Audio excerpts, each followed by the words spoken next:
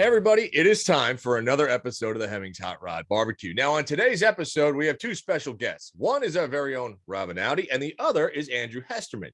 Now, for those that don't know, Rob and Andy are both authors. In fact, they co-authored a book called Radioman, which is now on sale on Amazon. And, well, where else is it on sale, Rob?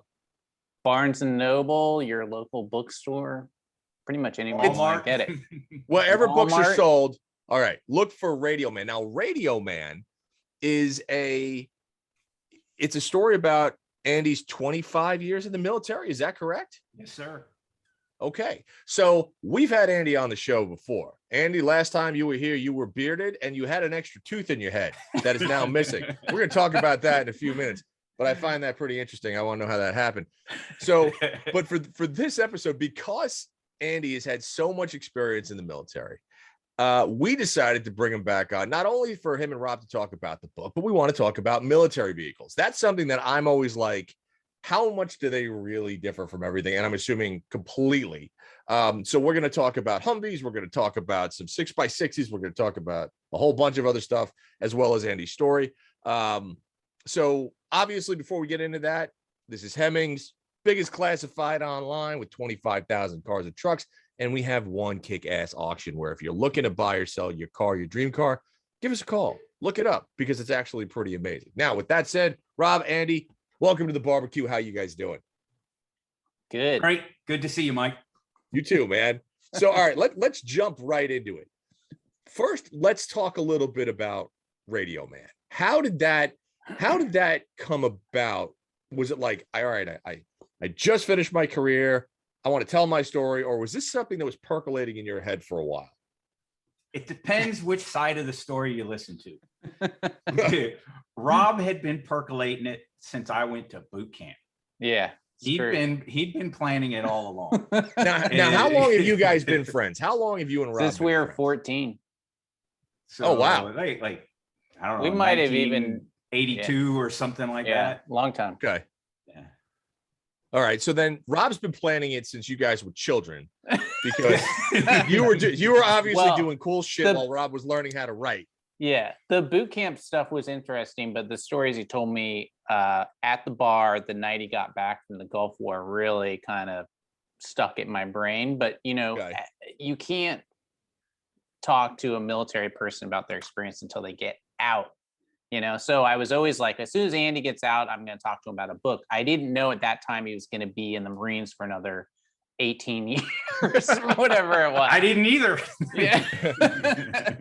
So it was after that. It was actually a very close mutual friend of ours passed away, and so we were both in New York at that time, and it just kind of, we were hanging out a lot, and just kind of came back out of that. And Andy had just retired. So that's kind of where it came. It took a long time to get it together, but we're glad to be done. I'll put it that way. Yeah. Well, I'm sure you are. So when you first started the process of writing the book, Andy, how difficult or easy was that for you to sit down? I mean, you've known Rob for most of your life, to say, all right, this is how I want to construct it. Just give us an idea of how that process was or came about, and then kind of how you would kind of string that out. Because I know that there are people that have not only been in the military, but obviously other careers and have done other things in their life. And they're like, I have this story to tell. But how did you formulate it? How did you feel like was the best way to tell the world? It took us a little bit to agree on what the story was going to be. I had ideas of really a book of short stories, because it's easier. It's a little bit easier to do short stories because you don't have to have the theme that goes through the whole book. Sure. So I came into it with that idea. Rob came into it with like a kind of memoir idea. So it took us a little bit to explore the different approaches. So we agreed, and we got together at Rob's apartment with a couple of big whiteboards and did the like you learned in high school. Yeah. Yep. Outline, little branches, and so we kind of started with that, and then got to the stage of having to flesh that out, which is the actual writing bit. Yeah. That was the big challenge. Whiteboarding it out it was a great exercise, and that wasn't really hard, except I didn't remember everything. And Rob was reminding me of stuff I had told him and had forgotten about, or maybe blocked. Right. And so he's like, well, wait a minute. What about that thing with the tank? And oh yeah. Right. Like, no, you got to tell that story. That was a dumbass move. I don't really want to tell that story. There was a few things like that. And I did have to definitely check my ego at the door. Right.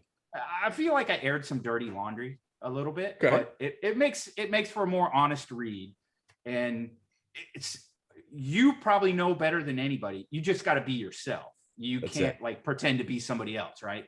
Correct. So we just went with that, and that was kind of our bit. So then it was fleshing out. One more quick thought on that. My writing initially was horrible. Rob read he's like, okay, you're having trouble getting started. No big deal. Everybody has that. Right. Just go ahead and start right in the middle of the story to get some momentum and get going. Yeah. And then he's reading what I wrote, and he's like, what the hell? This is like third person, cold, clinical. Well, over 25 Rob's great at that. Rob is awesome. awesome at being like, just so you know, I understand what you're trying to do, but you suck at it. Yeah, that was it. That was exactly like that's Rob. That's where Rob comes in. He's like, all right, let's just do this here. Like this is that's what you need. And I have no idea how to write a book, right? So but it was 25 years of the writing that you do in the Marine Corps. You get pushed to that. It's all third person. It's, said name Marine, and it's, writing awards and fitness reports, evaluations of people. Sure. I wrote a lot of military publications of like how-to manuals, like a car manual, right? Yeah. It's like writing a car manual. And when you look at how somebody else is going to read that, they don't understand your idiosyncrasies. That's right. So it's really clinical, and it makes it cumbersome to read. Sure. And so Rob was like, okay, yeah, those are great. Try again. So then we kind of reset and went. And I think the kind of cool part of it is I'm learning to write through the book. Gotcha. So I think you read the last chapter and it reads much better than the first chapter. You're like, okay. Except actually Rob really wrote the first chapter. And I read it completely. You didn't want to write anything about high school. I didn't want to talk about high school. Rob, I got this. High school sucked. Rob's like, well, I got it. I couldn't believe how much crap he remembered. I was like, well, wow. That's the again. For those out there that don't know Rob, he's got a memory like a freaking trap. And sometimes you're like, I didn't do that. He's like, dude, I was standing right there. Of course you did. It was 28 years ago. I'm like, shit, I didn't want anybody to know about that. Damn it. That's what Rob does. Well, let me ask you a question about this. Obviously, the title of the book is Radioman. So obviously, everybody's going to assume that you were a radio man. Talk to us about what your discipline was in the military and how that title came about. Well, let me start with that. So there's the cover. All right, so the full title, and then there's the fun part. Gotta love vehicles. So my initial enlistment and 8 years or so I was a radio man. That was my job. It wasn't what I wanted. I tried to sign a contract to be a machine gunner because I wanted to be a big bad machine gunner. Worked out in my favor. I think it was good. Machine guns are freaking heavy. Yeah. But radios are too. But I did really enjoy the a little bit technical, for a young PFC private, young guy coming in as a radio guy. It's not super technical. It's pretty watered down. Put the battery in, clean the contacts, make sure it's working. Here's how you put a frequency in. But there was room to do a little more, and I really like we called them field expedient antennas, where you build your own antenna based on antenna theory, wave propagation, blah blah blah. And I really dug that, and a radio is all about the antenna. So that was the initial bit. Later on, got my degree, became a Huey pilot. Now the mentality of a Huey pilot is really the Huey in modern Marine Corps. Well, the Marine Corps that I was in, it has changed again, and it changed from before me. Vietnam, Huey was the gunship. Right. In the era that I was in, the Huey was the jack of all trades, master of none. And that's very much radio man. A good radio man, you're following around the CO, listening to all the crap that he says.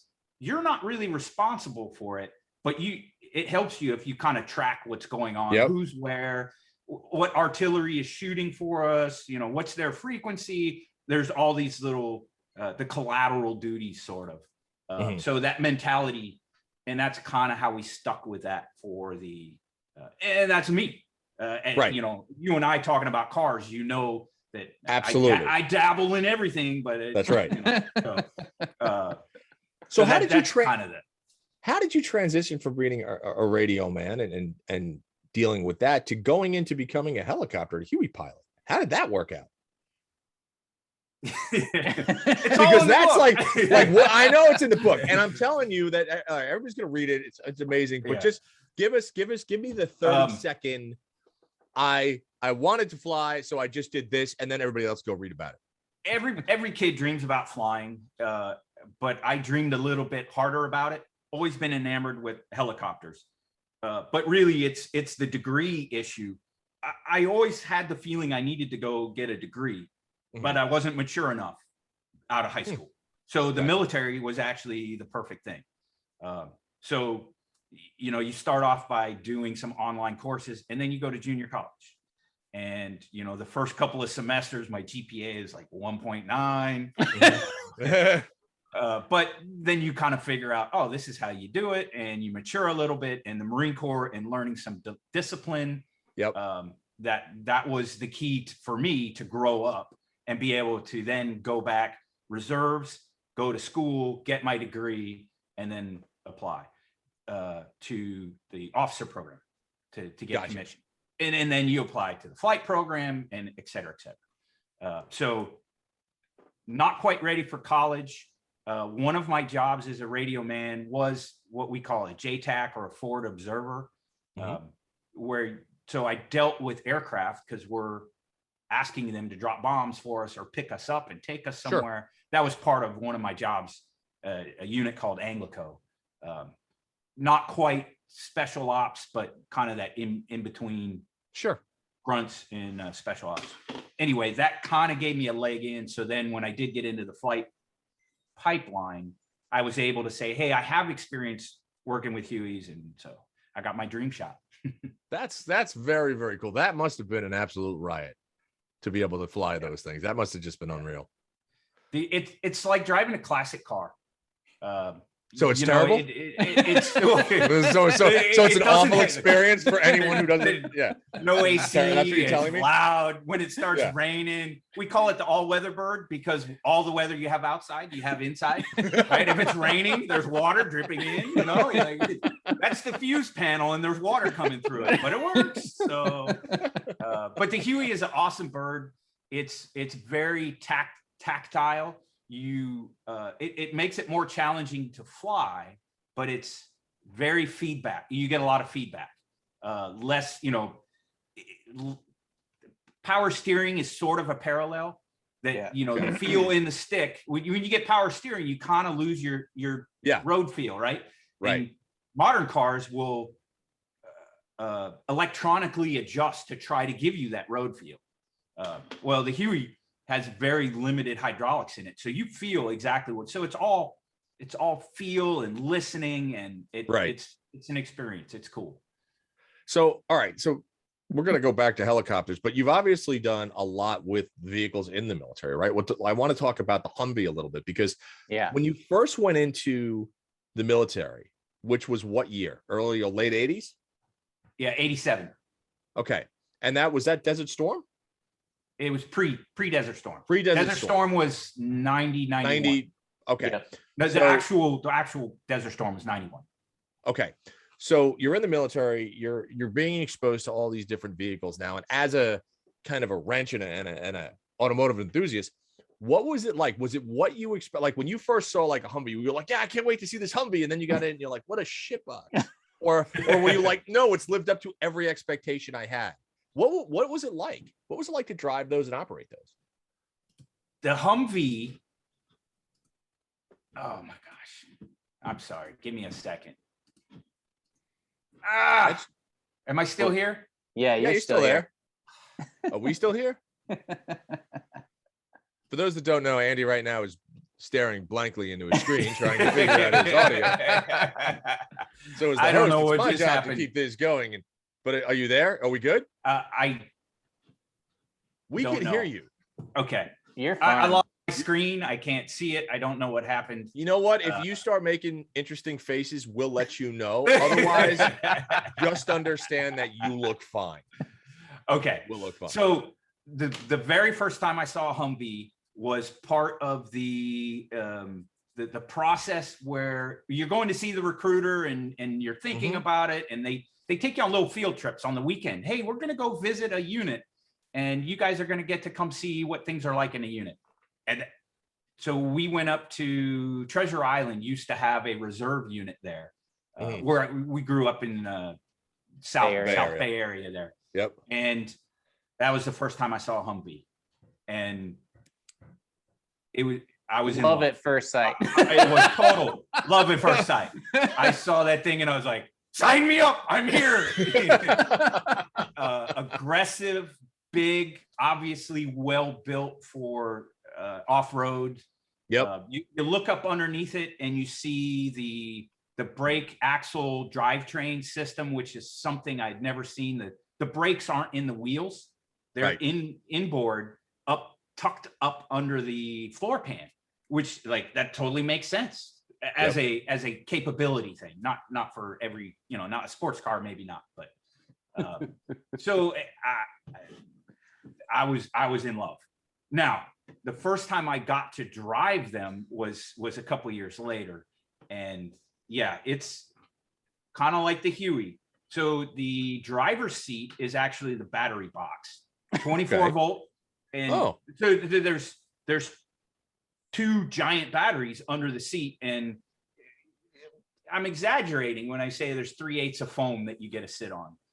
Nice. So that was comfortable. Oh yeah, totally comfortable. The insulation. So if you picture an 80s van with a short front, well, the engine in the Humvee is set back a little bit to give it some survivability and weight distribution. So it's not way out front. It's halfway between the passenger and the driver. So there's the big engine cover, and that's not insulated. So it's loud. You hear everything. Yeah, it's hot, and of course there's no AC.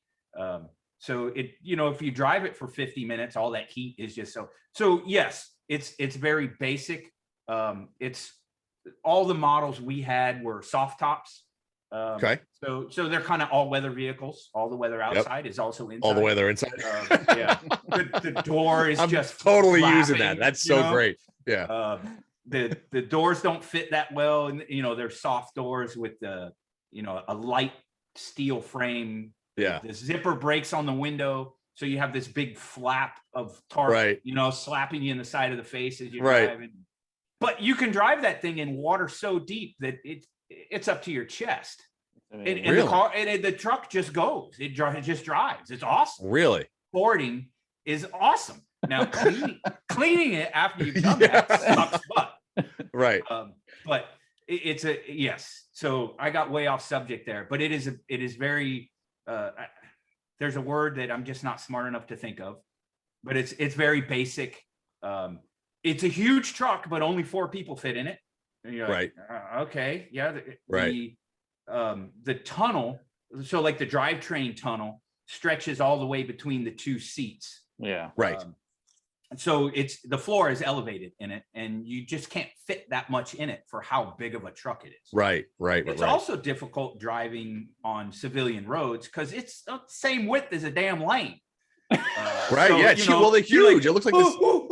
It's constant attention. You cannot relax and kick back and have your elbow on the window and just one hand on the steering. It is a very small steering wheel, and it's a very high ratio steering. I mean, it's designed to be off-roading, so rock is on the.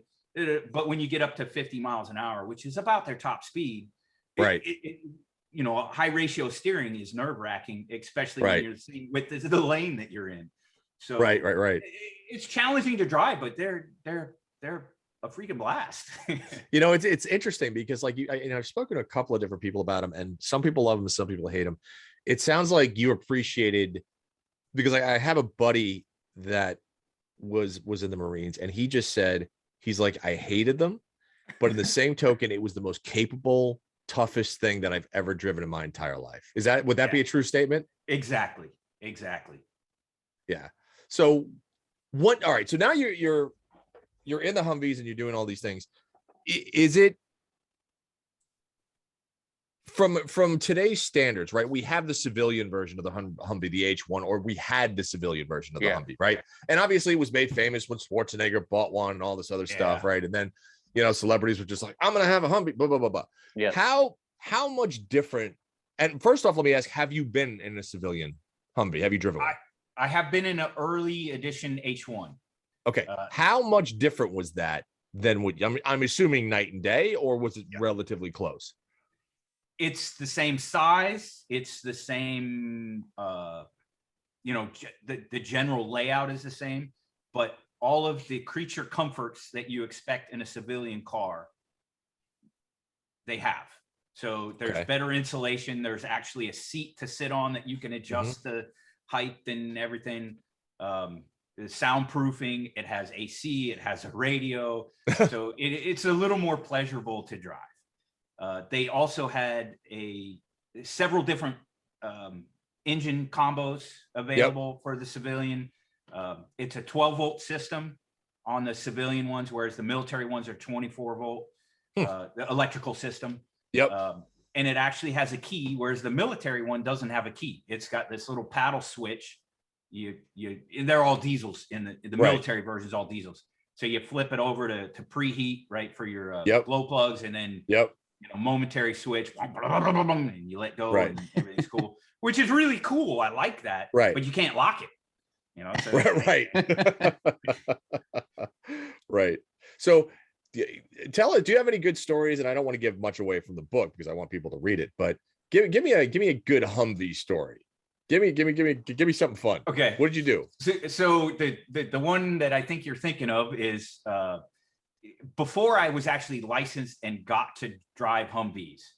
I'm looking at them, you know, every car guy, you always like go look in the window. Of course. Oh, you know, of course I've ridden in them, but I'd never actually gotten to drive one. So it was early in my career. We were we were at a base. Everybody else gets liberty and they're out in town, and I had duty for the weekend. And like, this is the Oregon coast, right? Yeah, Oregon coast. Okay. So it's the first time I've left California, my home state. I joined the military to go see places, right? Get out and see. They sent you to Oregon. And the first opportunity, and I'm stuck on base for the weekend because I got guard duty. So I was not thinking quite straight. I was a little bit miffed about that.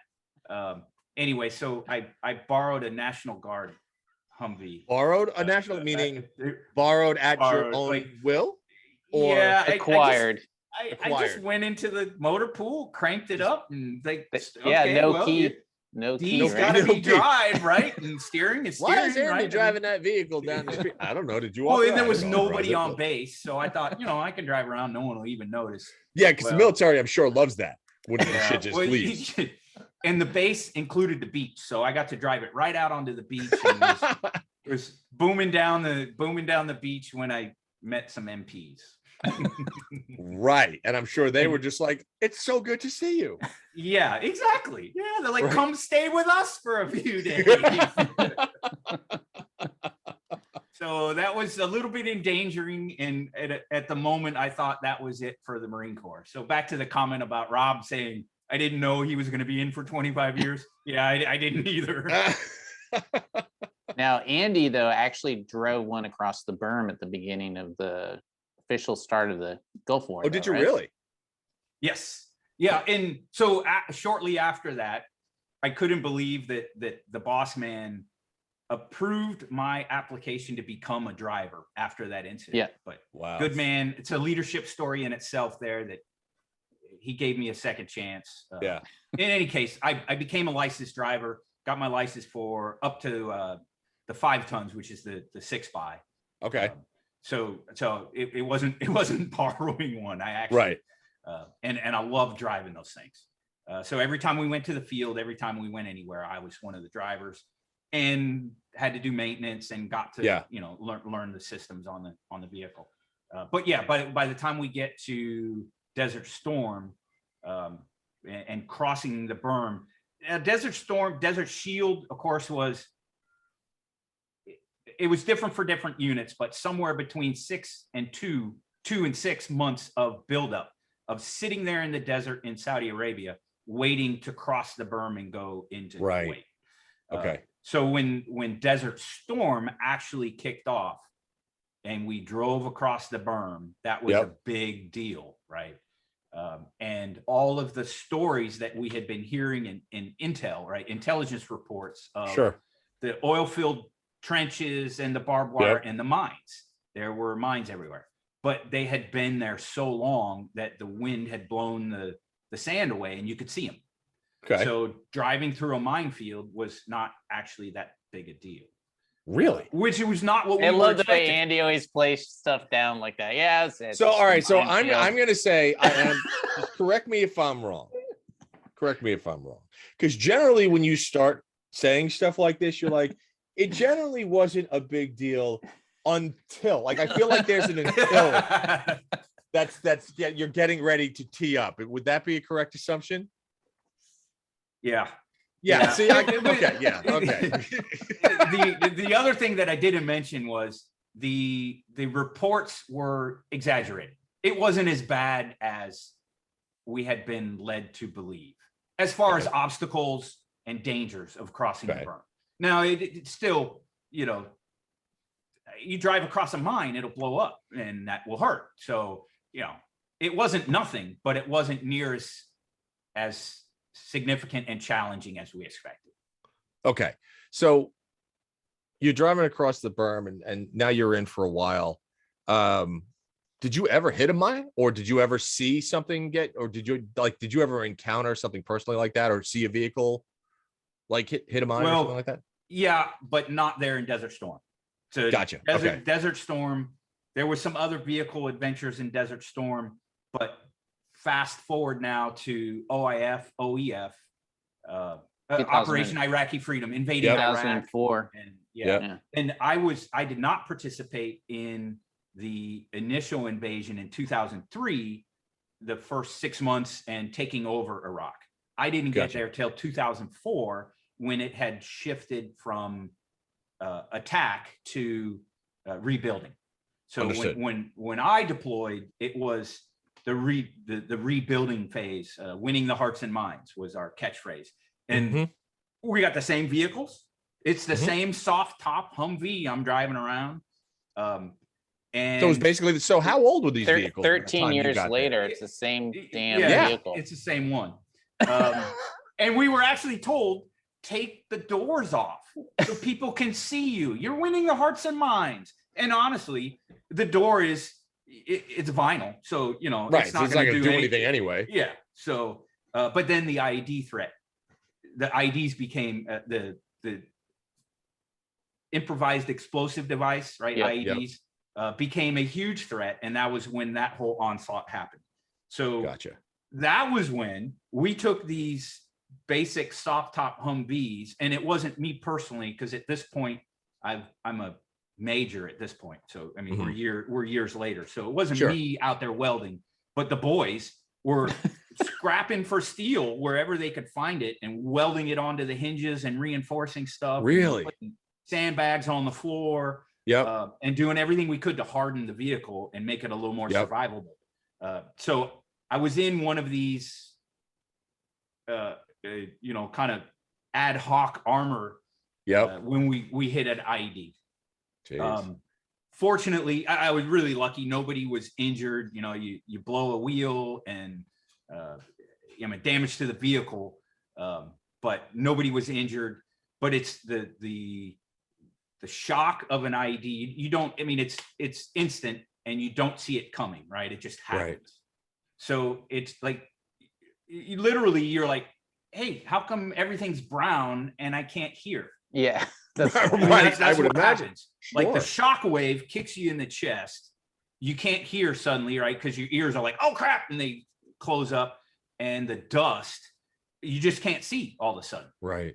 And your mind just is not working that fast. Of course, the first time it happens, it's worse than the others.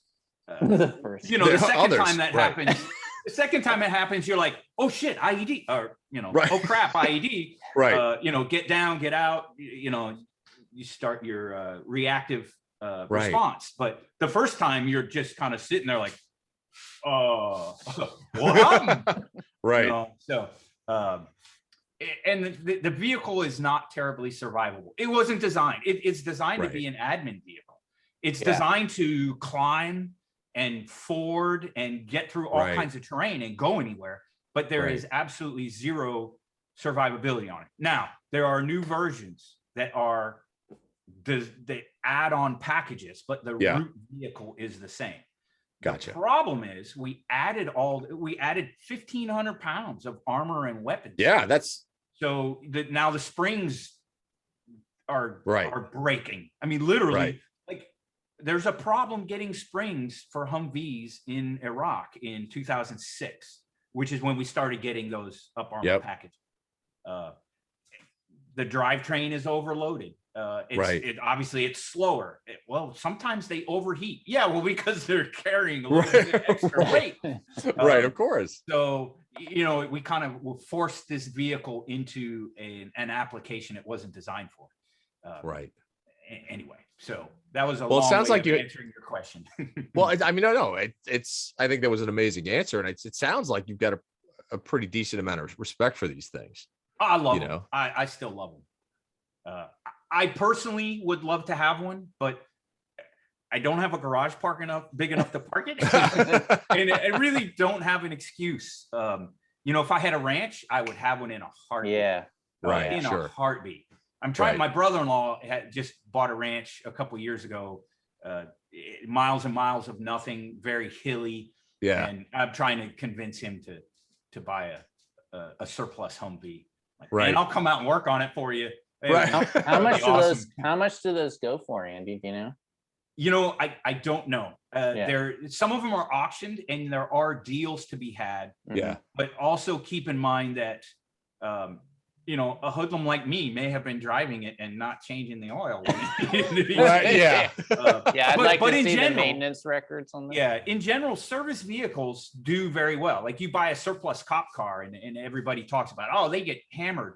Yes, but they are serviced exactly on schedule. Yeah, And much like any vehicle, but that's the key to keeping your Humvee running is servicing it timely and taking care of stuff before it breaks something. You know. So let me ask you. So you've driven extensively the Humvee, right? Then you were talking about the 6x6, and those, for those that don't know, the 6x6s are Goliaths, right? They are pretty much like, I have a buddy my buddy Scotty's got one up in Santa Rosa, and he calls it Brutus. And It's like the most apt name for that vehicle. Cause I'm like, what do you stop for? He goes, I don't need to stop for anything. I don't stop. He goes, I gotta be honest with you, Mike. He's like, if I don't want to stop, I technically don't have to. And I was like, you serious? He's like, well, yeah. Would you agree with that? Is that like, are those things that insane? They are. Now, the 6x category covers a wide range of vehicles. Probably late Vietnam up to my early days was the Deuce and a Half, which is, it's called Deuce and a Half for 2.5 ton. And it's a 6x. Dual rear axles, but single rear wheels. So six wheels. Yep. The next step up from that was what we referred to as a 5 ton. And there's official designators for it. Dual rear axle, but also dual rear wheels. And so the 5 ton is the capability or the capacity, right? And that's a much more common one than the Deuce and a Half, which it was kind of being phased out. Now they were still around, and I got to drive the Deuce and a Half. And the 5 ton was automatic and power steering and a bunch of things that the old Deuce and a Half, you had to just put a really big steering wheel in it because it wasn't really power steering. So to give you the leverage to manage it, had a big steering wheel. double clutch to shift, you know, it's challenging to drive, but then you master it and it's an art. And then you're proud of the fact that, yeah, I can handle this thing. And I'm going to show you how smooth I can shift even in this archaic beast. So it's fun. Whereas an automatic 5-ton, Mike, you could jump in a modern 5-ton and drive. Gotcha. And it wouldn't be a big deal. Now you got to adjust for the size and different sight picture because you're 3 stories off the road. It's so tall, but and now we've got 7 tons is the next generation. And very, very similar to the 5-ton, but it's a little bit bigger.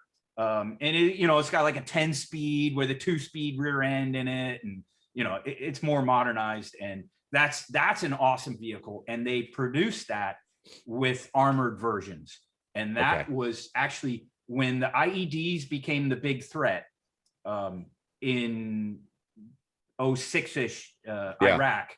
The up armored 7-ton with a 50 cal mount on the cab. They call it a ring mount because it'll rotate 360 degrees.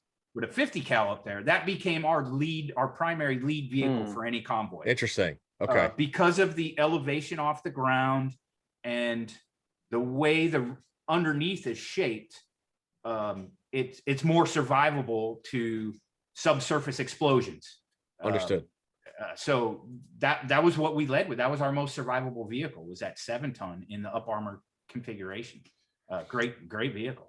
So, do you think, you talked a little bit about the technology in these vehicles, right? You talked from the 6x6 and then how it went to the 5-ton, and now you're talking to the 7 tons.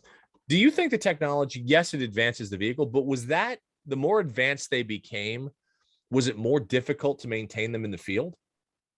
Yes. Yeah. And it's just like any vehicle mechanic. I grew up learning to tune a carburetor by ear. Right. 2 screws. Right. And you set your mixture screw. Oh, wait, back the idle off a little bit. Adjust. Right. And you're really going by sound. Okay. Sitting there in your driveway at 9 o'clock at night, pissing off your neighbors. I'm tuning the car. And now it's all electronic, right? You hook up the computer and it's a software exercise. Interesting.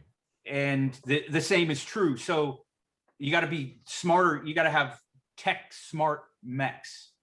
And now it's not a mechanic anymore. It's a tech, right? Because it's gotten so tech. So it's the same.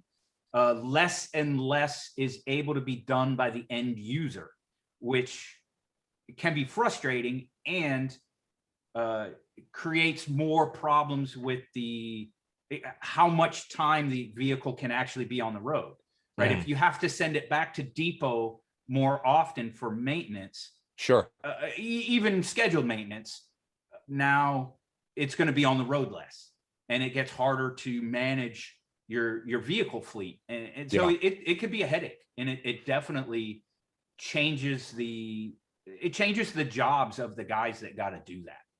And it's more challenging. And when crap goes wrong, you can't just sort it. A 1960s car that isn't running, between the 3 of us, we could have it. We get it running 10 minutes, right? But a modern car, I don't know. The electrons ain't going the right way. What do you do? So, less stuff is user serviceable.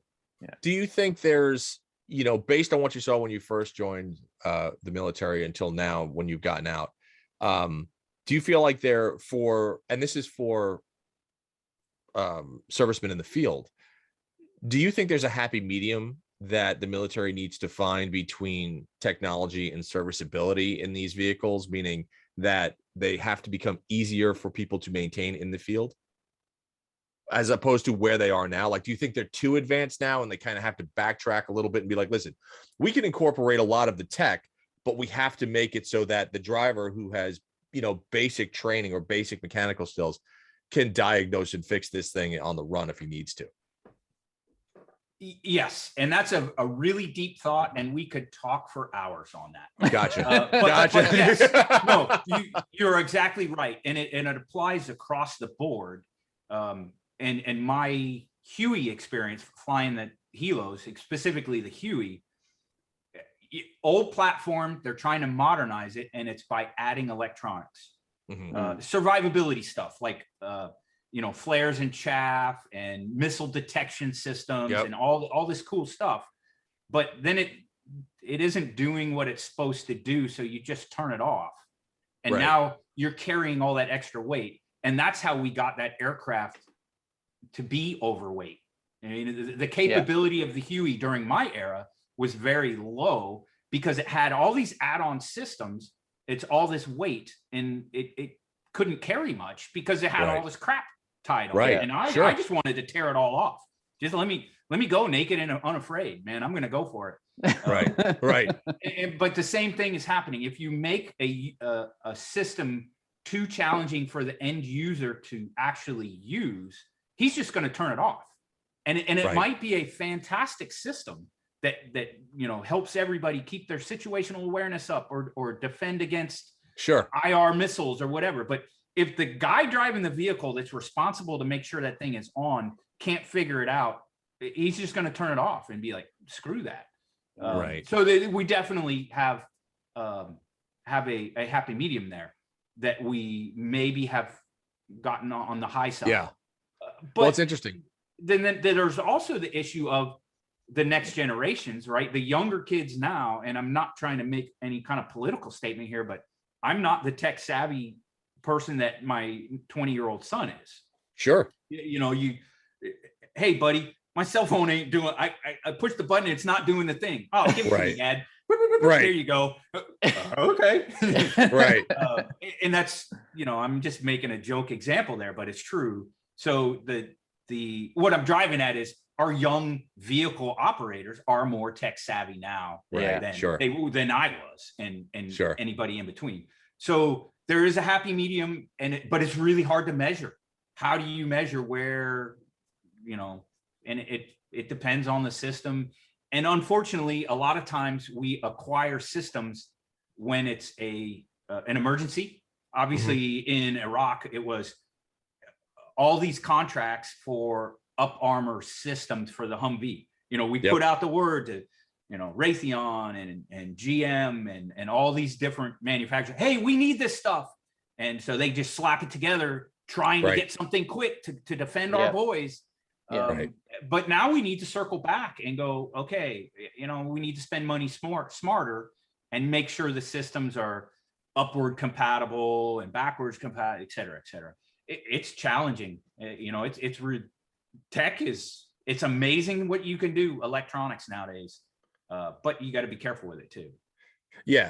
No, I agree. I think that it's funny. Rob and I talk about it all the time. Like, I get into newer vehicles, and I mean, just test vehicles. We get them. I get a new vehicle every week, and there are some that I go, it's too much, man. There are 27 screens. My entire dashboard is a big PlayStation, and it has features that I'm being told that I needed, but I don't absolutely want.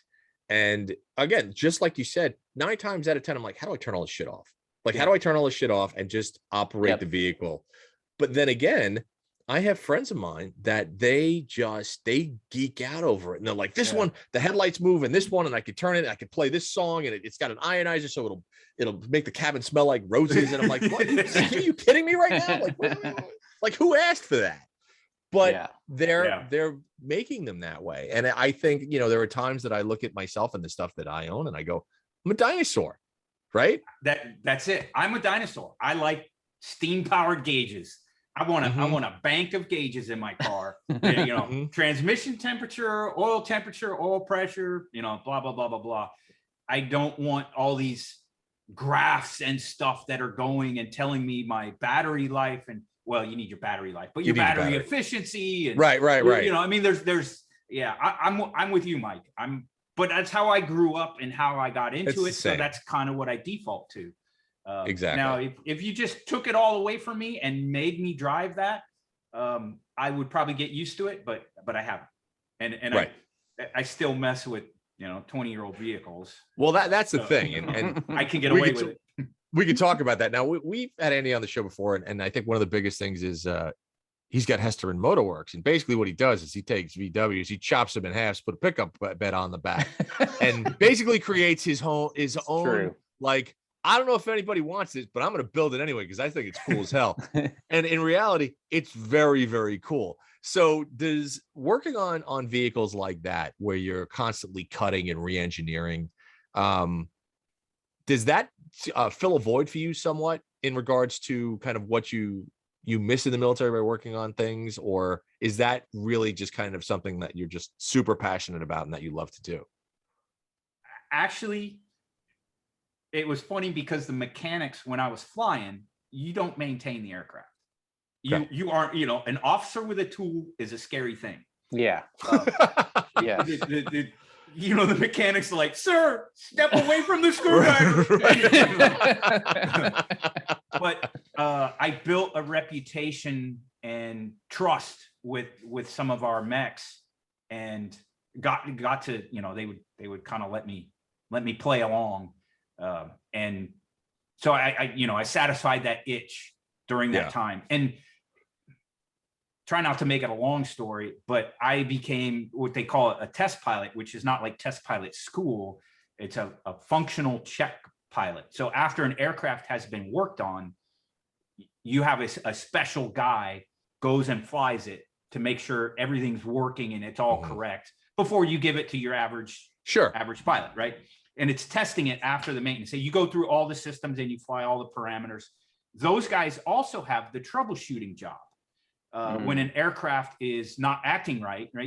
Who's ever flying it? Oh, it's not, when I turn left, I get a little shuffle and something ain't right. Oh crap. Okay. Take it off the flight schedule, send it to the mechs and let them figure it out. Yeah. And one of my best times was I became the troubleshooting pilot for the squadron. They're like, give it to Hesty. Let him, and I had a crew chief that was my partner, one of the mechs. Yeah. Berkey and Hesty.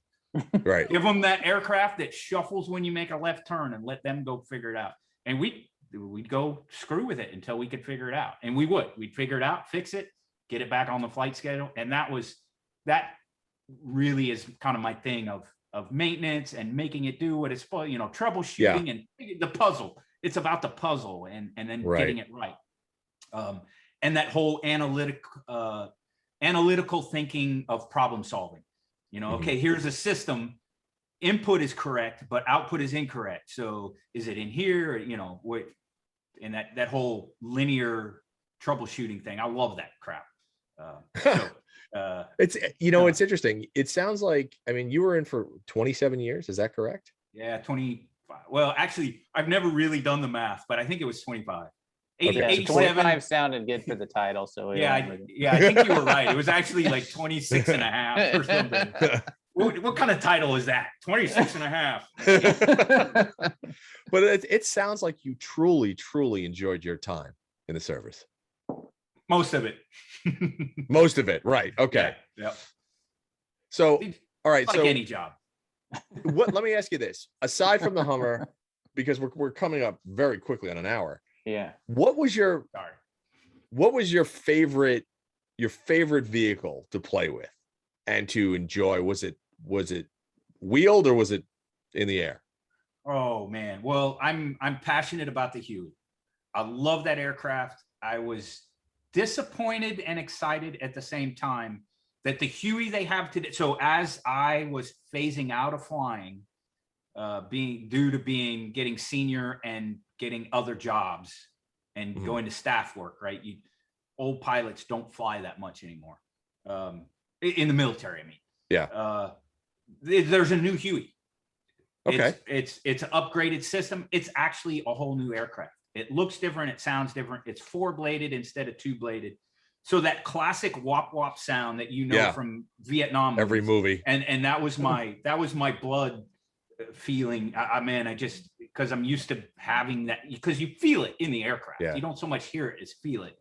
It doesn't exist anymore because they're 4-bladed now, and that wop wop is from the 2-blade revolution. Gotcha. Right? But that's my favorite vehicle now. But different things for different times. I love Humvees. I love the M151 Jeep. It was phased out by the time I came in, but there was a few hanging around. Yep. And I jumped at the chance whenever there was an opportunity to go cruise one of those around. Right. Talk about basic. Didn't even have a damn roof. right? The windshields were all broken, so there's no windshield on it. Right. The advantage of not having a windshield, though, is that when you roll the vehicle, less brakes. You just get two buddies, you flip it back off, you keep driving. So I'm going to assume at some point you've ejected yourself and a few friends out of one of these. Yeah. But no seatbelt, no roof, you could just jump out, you know. The ditches are pretty deep in North Carolina. Well, you know, amazing. Rob and Andy, thank you for coming on. I mean, here's the thing. We could go on for another 4 hours about talking, but I'm not going to do that because here's the thing. I want people to go out and buy the book. Now, the book, for those that don't know, is Radioman, 25 years in the Marine Corps. It is an absolutely fantastic read, fantastic stories, fantastic writing. You know, both Rob and Andy just knocked it out of the park. It's one of those things that I can absolutely see somebody looking at this and be like, we should probably make a movie out of this, because because honestly, it kind of reads like that. It really kind of does. But the beauty of it is, not only is it informative and entertaining, but it's very, very eye-opening as well. So I think that everybody should go out and get Radioman and give it a read. Otherwise, I mean, it is just always a pleasure to talk to you, Rob. I speak to Rob every day, but Andy, it's always a pleasure to talk to you. It's good to see you, Mike. It's been a little while. Yeah. It's been too long. So what's next? You've got Radioman is out. I know we want to promote that and get people to read. But what are you doing outside of that? You know, Hesterman Motorworks and otherwise. Still doing the pickup, the Ute. The Ute. And I've got 2 Audi S4s lined up next, and I haven't done an Audi S4, so it's the V8, the 4.2 V8 all-wheel drive. An Audi S4 Ute. Yes. That's awesome. And the kit for it is a little bit different. So I've got two customers lined up for those. So I got to finish this one behind me, and then I've got another. You know, the customers keep trickling in. I was convinced that this would market saturate and trickle off, but they keep trickling in. And you know, one build takes me 2 months. So if I have 6 customers on deck, that's another year's worth of work. That's right. From cutting the car to ready to deliver. Yeah. I'm still booked through Christmas for builds. That's awesome. And there's enough people so my reputation among the Ute group is that I build them more watertight. They are more air soundproofing. I do a lot of extras on them. And so the guys that want one that's not necessarily show car, like, you know, crazy paint lowered on the ground, whatever, but they want one that when you close the door, it sounds right, and that door seam is lined up right. They give me a call, and I'm more than happy. And that's part of why it takes 2 months to build one, because I'm a little bit perfectionist about getting the body just right. But good. All right. So let me ask you this, what's the best place for everybody to find you? If they want to go view Hesterman Motorworks, if they want to view the vehicles you're working on, if they want Radioman, give us the entire social platform where you can be found. Okay. Radioman for the book. We each have an author website, which is andrewhesterman.com or robertanaudi.com. On my website, I have a blog going now that were some of the stories from the book and some of the stories that didn't make the final cut, but I still really like the story, because Rob doesn't always think my stories are funny, even when I had a lot of jokes. So I'm putting those on andrewhesterman.com. That is purely book stuff. Rob is loading a bunch of stuff on robertanaudi.com, and both websites have the links to find Amazon, Walmart, any book distributor. You can find the book. We also have Facebook and Instagram. Instagram is a little more active with just kind of weekly jokes, pictures, funny thing, whatever. And that's Radioman the book.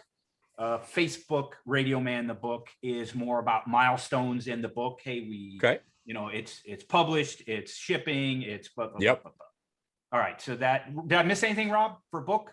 No, you're good. But you got to tell them about the car stuff too. Okay. Yeah. Where's your car stuff? So then car stuff, kind of parallel. HestermanMotorworks.com is the website.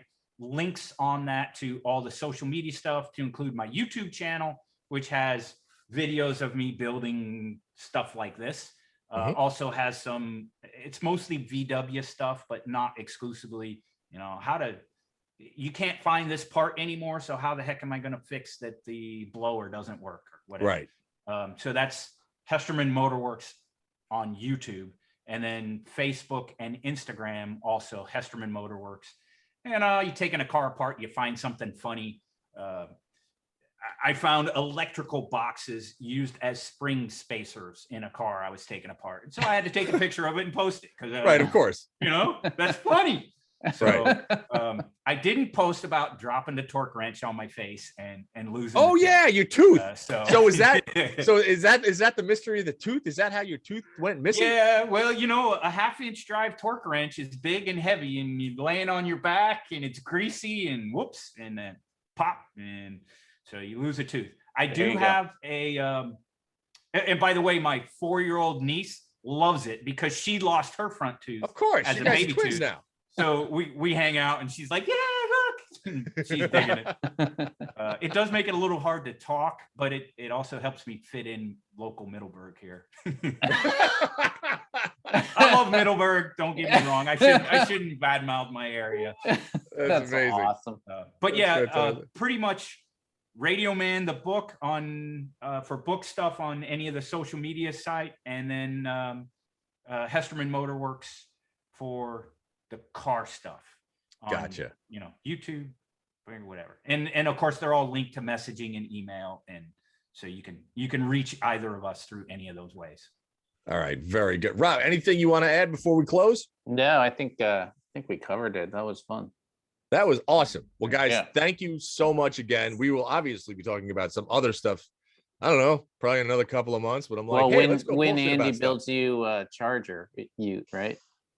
Yeah, I might. Yeah. Oh no. Uh-oh. My studio fell down. That's the best. All right. On that note, we'll see you later. Yeah.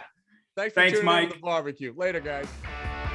Thanks for listening, folks. And again, please subscribe to the Hot Rod Barbecue podcast. If you're on Spotify, check us out there. Subscribe to it on iTunes. And if you are going to go to YouTube, make sure you go to the Hot Rod Barbecue podcast and hit that subscribe button, and we'll come to you every week.